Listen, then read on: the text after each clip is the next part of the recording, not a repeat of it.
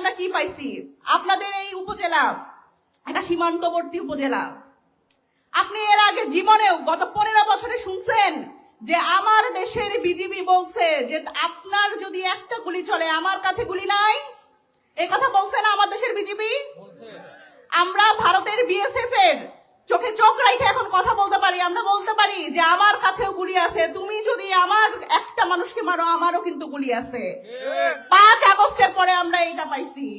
দিল্লি না ঢাকা, দিল্লি না ঢাকা। কিন্তু মনে রাখবেন, আমরা দিল্লি থেকে দিল্লির দাসত্ব করব না বলতেছি, আমরা অন্য কোন দেশেরও দাসত্ব করব না, আমরা পিন্ডিরও দাসত্ব করব না, আমরা আমেরিকারও দাসত্ব করব না। আমরা শুধু বাংলাদেশের স্বার্থ সংশ্লিষ্ট কথা বলবো এবং এই বাংলাদেশে যারা রাজনীতি করবে, ভবিষ্যতেও যারা রাজনীতি করবে, তাদের বাংলাদেশের স্বার্থ দেখতে হবে, আর কোন দেশের স্বার্থ দেখতে পারবে না। ঢালাইয়ের সেরা প্রিমিয়ার সিমেন্ট। বাংলাদেশের মানুষ অনেক বছর পরে এখন মন খুলে কথা বলতে পারে। বাংলাদেশের মানুষ বাংলাদেশের রাজনীতি নিয়ে এখন আশা দেখে। কিন্তু দেখেন, এই যে তরুণ রাজনৈতিক দল এনসিপি, আমাদের কিন্তু পথ চলা এত সহজ ছিল না। আমাদের কেউ মেনে নিতে চায় নাই যে এই পুরাতন রাজনৈতিক দলগুলো আছে, তারা বারবার করে বিভিন্ন ভাবে, আমরা যারা তরুণ রাজনীতিবিদ হিসেবে আপনাদের সামনে আসতে চাইছি, আমাদের বারবার করে চরিত্র হনন করছে, আমাদের নানান তকমা দিছে, আমরা দুর্নীতিবাজ, এই সেই নানান কিছু বলছে, চাঁদাবাজ, এই সেই বইগুলো বলছে। অথচ দেখেন, চাঁদাবাজির রাজনীতি যারা করে তারা কিন্তু এখনো চাঁদাবাজির রাজনীতি করতেছে বাংলাদেশে। আপনারা দেখেন, এই যে আওয়ামী লীগ নাই, আমরা বলতেছি শেখ হাসিনা বাংলাদেশে আর ফিরে এসে রাজনীতি করতে পারবে না, কিন্তু আওয়ামী লীগের যারা ফ্যাসিবাদের যারা দোসর, বিভিন্ন এলাকায় তাদের কারা পুনর্বাসন করতেছে।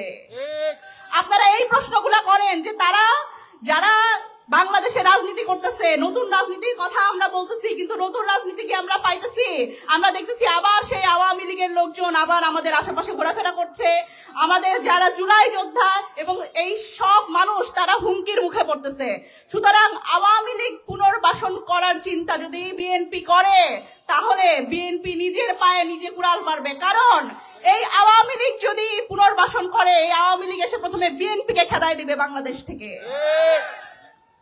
আওয়ামী লীগ পুনর্বাসন বিএনপির বড় বড় নেতারা করতে পারে, কিন্তু যেই নেতারা গোদাগাড়ী উপজেলায় গত 15 বছর মাইর খাইছে, যেই ছাত্র দলের আমার ভাই যে গোদাগাড়ী উপজেলায় গত 15 বছর ঘরে থাকতে পারে নাই, পাট খেতে যায় ঘুমাইতে হইছে, সেই ছাত্র দলের ভাইটা, সেই বিএনপির ভাইটা কিন্তু সেই আওয়ামী লীগ পুনর্বাসন মানবে না, তারা বিএনপির দিকে বিদ্রোহ করবে।